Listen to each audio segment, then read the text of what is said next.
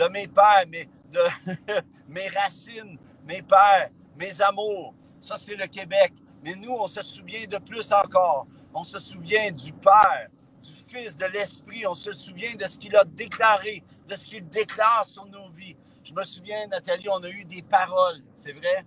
On a eu des paroles qui ne sont pas encore accomplies. Combien d'entre vous, c'est comme ça?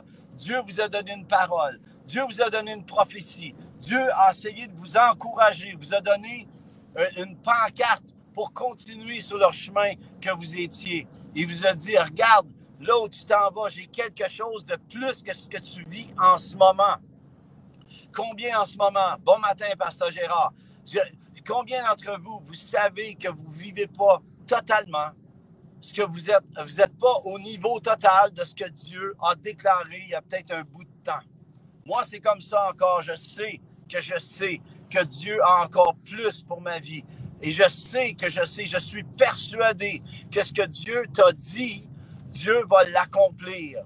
J'aimerais que tu t'enclenches avec cette parole ce matin, que tu saisisses cette prophétie que Dieu t'a donnée, cette parole que Dieu t'a donnée. Peut-être c'est que tu vas être libéré, peut-être de tes dettes, tu vas vivre un jubilé, Manon et Pierre, que vous allez vivre un jubilé, que vous allez atteindre, peut-être tu vas avoir quelque chose, la santé, c'est peut-être au niveau de ta santé, c'est peut-être au niveau de tes fils et tes filles qui vont revenir au Seigneur ou qui vont venir à Christ, tout simplement parce qu'ils n'ont pas encore goûté au Seigneur. On veut déclarer le salut dans vos maisons. On veut déclarer qu'est-ce que Dieu déclare. Et tu dis, peut-être, il y en a certains qui disent, Dieu m'a jamais rien dit. Eh bien, peut-être qu'il t'a jamais rien dit, que tu te souviennes peut-être d'une voix audible, mais par sa parole, il te parle continuellement. Continuellement. Si juste tu prends la peine d'entendre ce que l'Esprit veut te dire.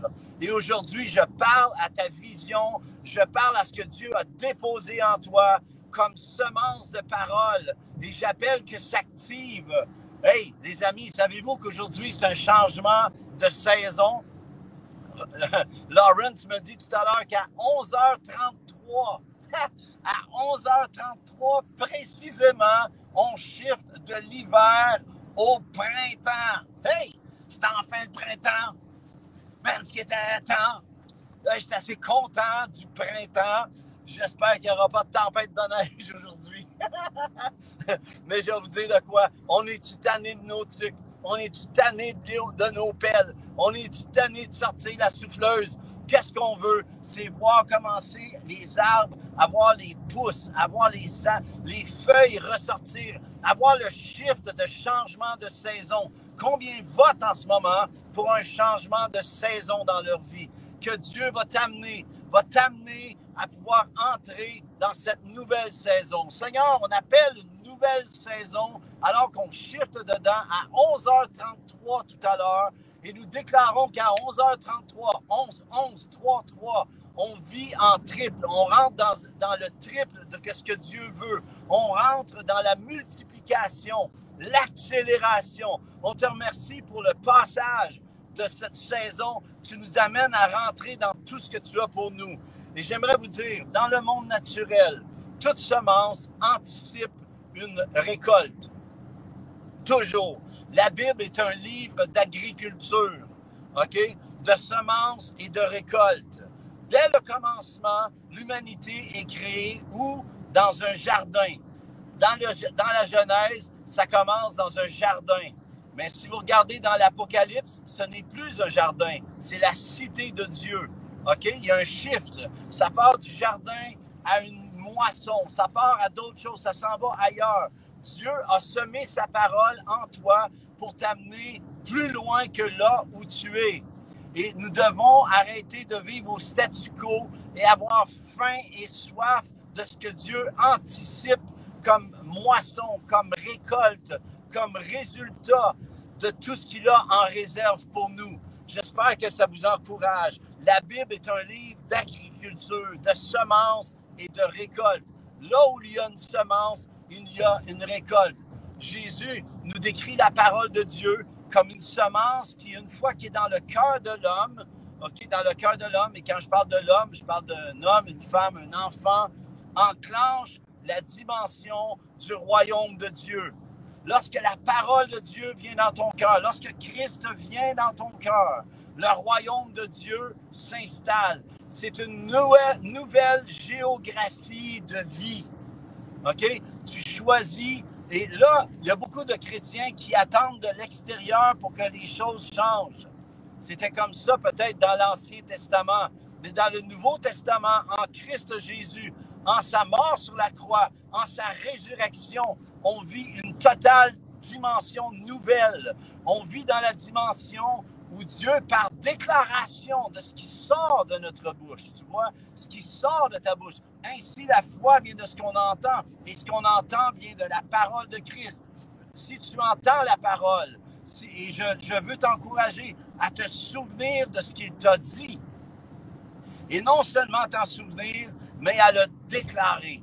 Parce que lorsque tu déclares Christ, Jésus, dans ta situation, dans la prophétie qu'il t'a donnée, qu'est-ce que tu dirais de déclarer le roi sur qu'est-ce qu'il t'a promis? Tu dis, j'ai eu tellement d'interférences. Je comprends. Je crois même que ceux qui m'ont prophétisé étaient dans le champ de patates. Je crois qu'ils se sont trompés. Combien de fois, Nathalie, on a pensé, hein? On s'est dit, man, ils se sont trompés. Je me souviens, en 1994, il y avait un homme de Dieu qui m'avait amené une prophétie au Nouveau-Brunswick. Il m'avait dit qu'un studio viendrait surnaturellement à moi dans les 24 prochains mois. Je vous l'ai déjà dit, je le répète pour ceux qui n'étaient pas là.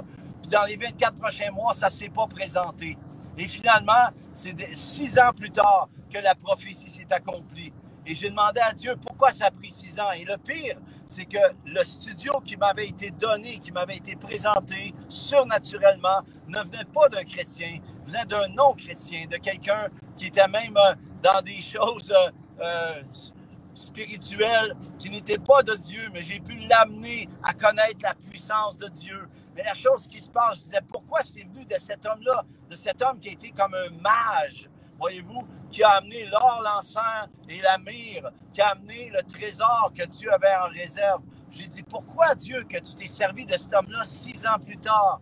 Et Dieu m'a dit, j'ai parlé à plein de mes enfants et aucun n'a voulu répondre à la demande. Et j'aimerais vous dire qu'on doit faire partie de ceux qui répondent à la demande.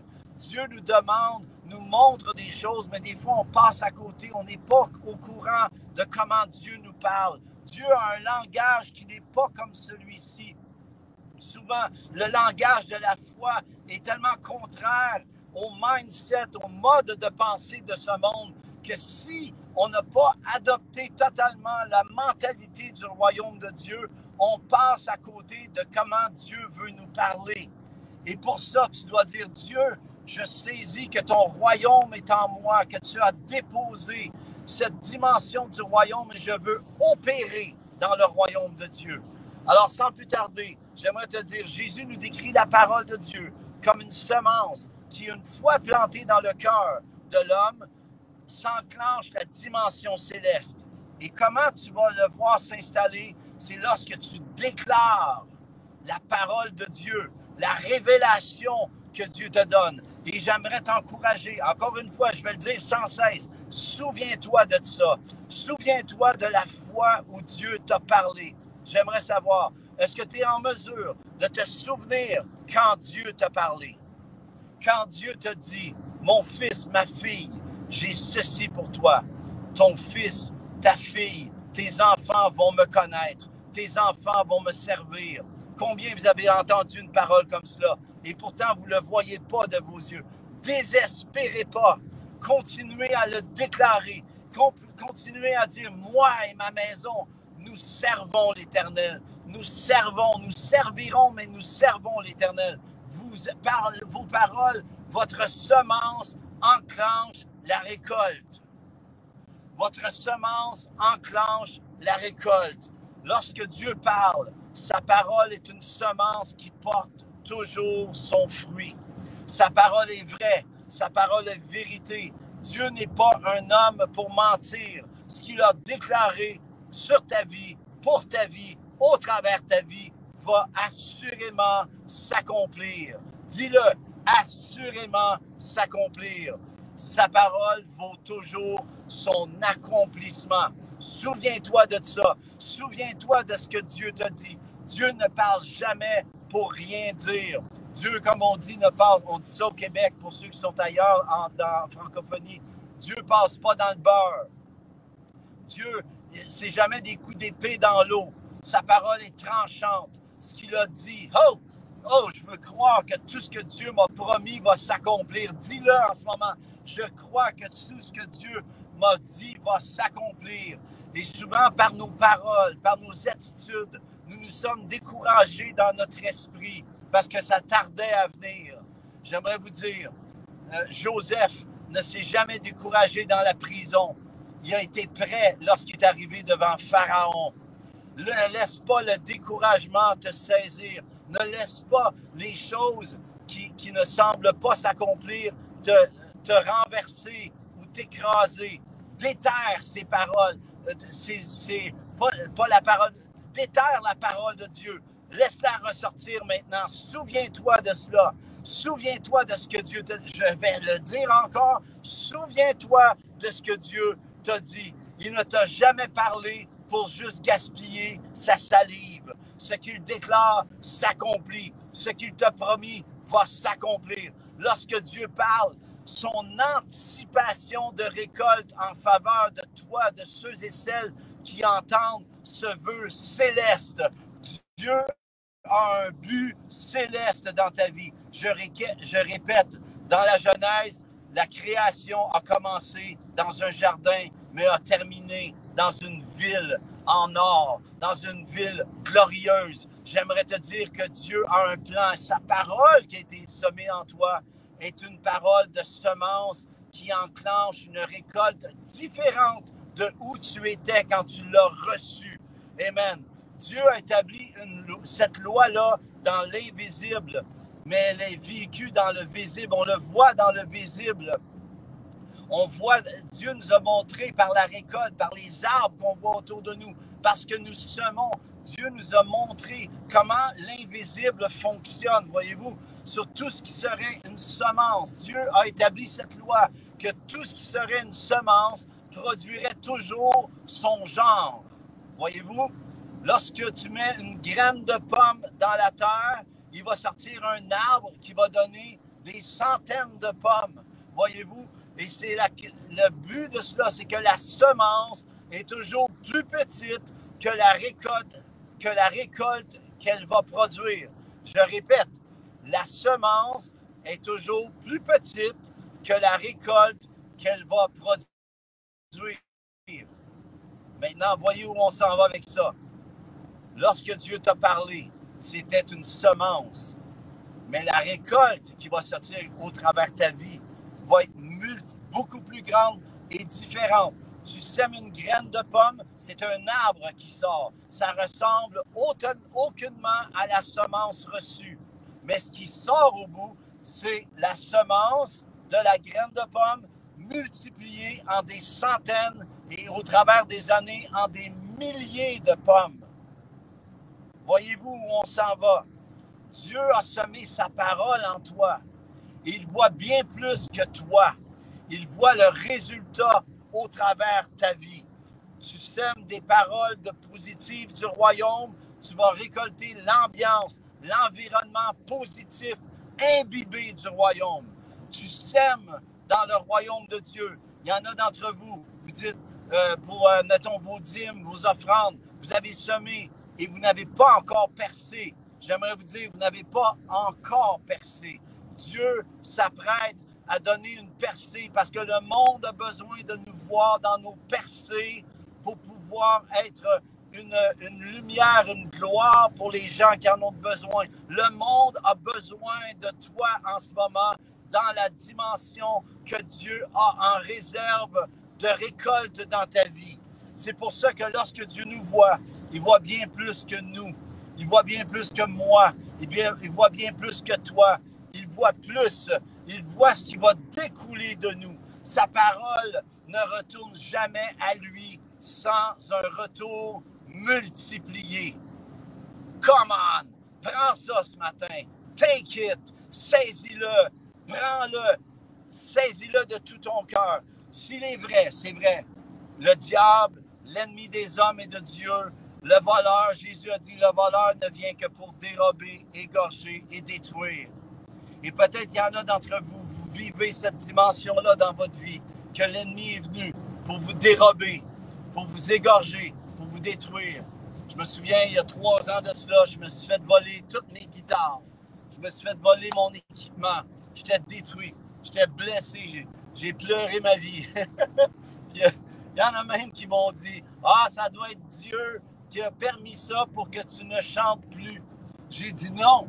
J'ai pas accepté cette parole. C'est pas parce que quelqu'un vient te voir et te dit une parole que tu dois accepter ce qui t'est dit. Je me souviens, le médecin, quand Nathalie, on a donné, c'est elle qui a donné naissance.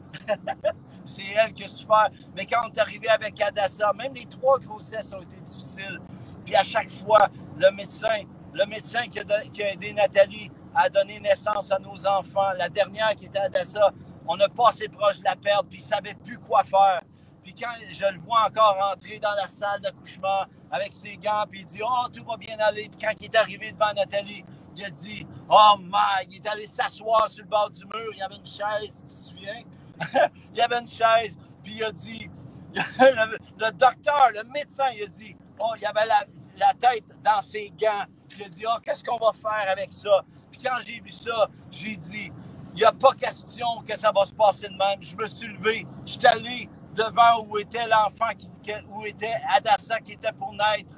Je me suis placé devant Nathalie et j'ai dit au médecin, tu sais pas quoi faire avec ça, je vais te dire ce qu'on va faire. J'ai dit, dans le nom de Jésus, bébé, enfant, tu sors dans le nom de Jésus. Puis là, j'ai commencé à parler en langue.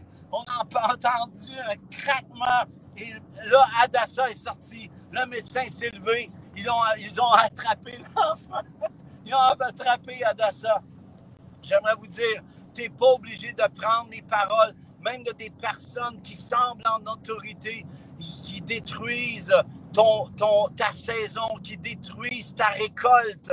Et tu dois prendre autorité aujourd'hui. Tu dois rentrer dans ton autorité. Je m'excuse, je parle un peu fort, mais je suis enflammé, les amis. Je suis en feu avec ça parce que je suis tanné de voir les fils et les filles de Dieu se faire dérober, se faire égorger, se faire enlever, se faire détruire ce que Dieu a en réserve pour vous, pour eux. Puis Jésus a dit, le voleur ne vient que pour dérober, égorger et détruire. Mais il dit, moi, je suis venu afin que les brebis aient la vie et qu'elle l'ait en abondance. J'aimerais savoir, est-ce que tu peux passer de Jean 10, 10a à Jean 10, 10b? Jean 10, 10a, c'est le voleur ne vient que pour dérober, égorger et détruire. Oui, il y a un stop. Nathalie me demande s'il y a un stop. C'était mélangeant ici un peu. Il est temps que tu sortes de la première partie du verset et que tu prennes ta position comme brebis. Il y en a qui rient de ça. Ah, les brebis de Dieu, ben, tu sais. C'est vrai que ça semble assez ordinaire, une brebis, mais Jésus les aime tendrement. Jésus t'aime. Jésus se soucie de ta situation. Jésus se soucie de voir comment tu te fais dérober, que tu te fais égorger dans tes visions, que tu te fais détruire. Le Seigneur dit, voudrais-tu shifter à Jean 10, 10b? Moi, dit Jésus, je suis venu afin que mes brebis aient la vie et qu'elles l'aient en abondance. Qu'est-ce que tu dirais de prendre autorité de brebis avec le lion de Juda en toi? Le royaume de Dieu en toi, c'est le lion de Juda en toi. Et de prendre autorité. Merci Denise pour les petites brebis. Oui, de prendre autorité, de déclarer, je suis la brebis du Seigneur et je vis dans l'abondance. Je choisis l'abondance. On est dans un monde en ce moment où tout semble s'écrouler. C'est vrai que les choses, ces royaumes s'écroulent, mais le royaume de Dieu ne s'écroule pas. Le royaume de Dieu tient ferme, les amis.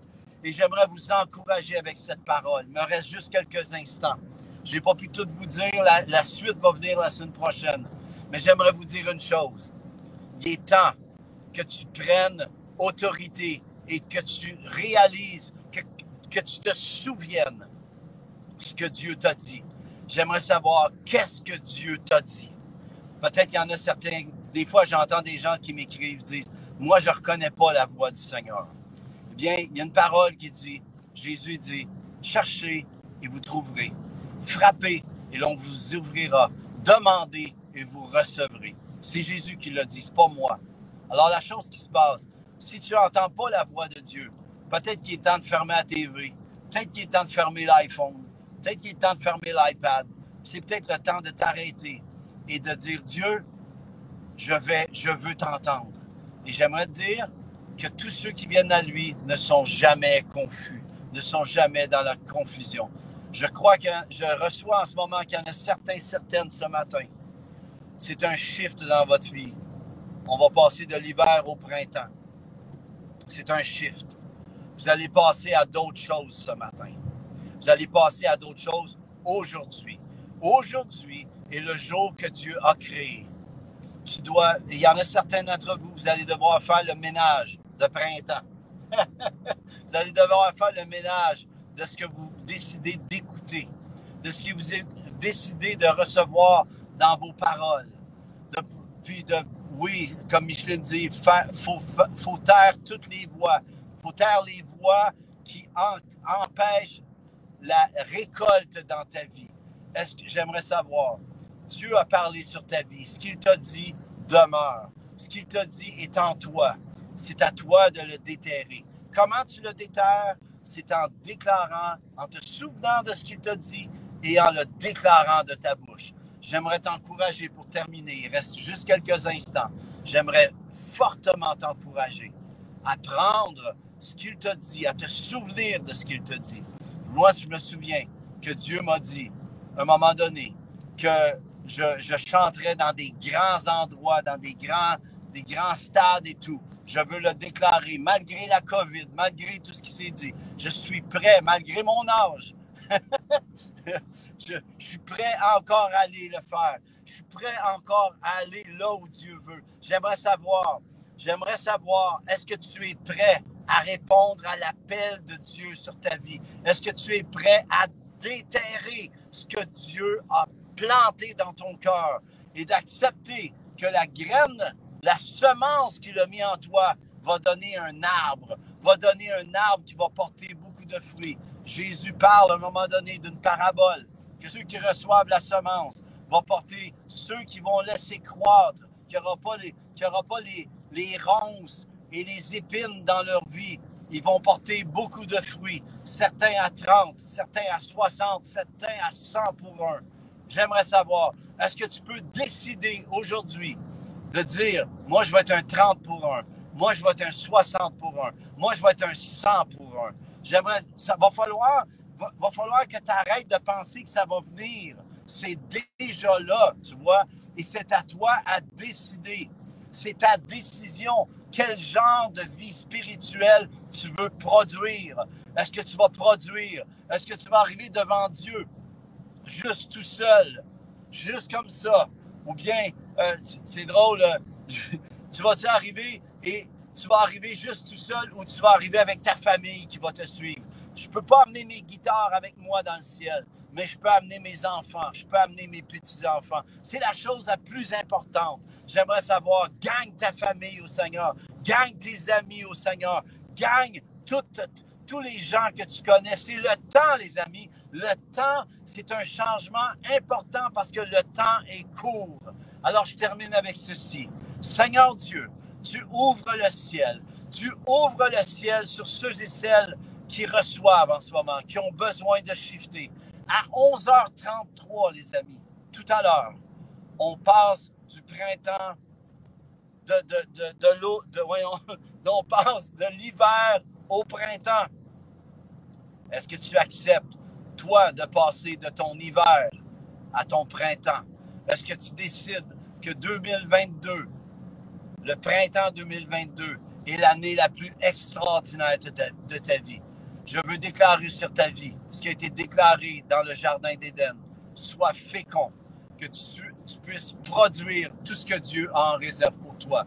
Hey, les amis, j'espère que ça vous a béni. J'espère que ça vous a encouragé. J'aimerais vous encourager à vous souvenir de ce que Dieu vous a dit et de le déterrer. De le déterrer, comment? En déclarant. Déclarer à nouveau ce qu'il a déclaré. Déclarer toutes les promesses de Dieu.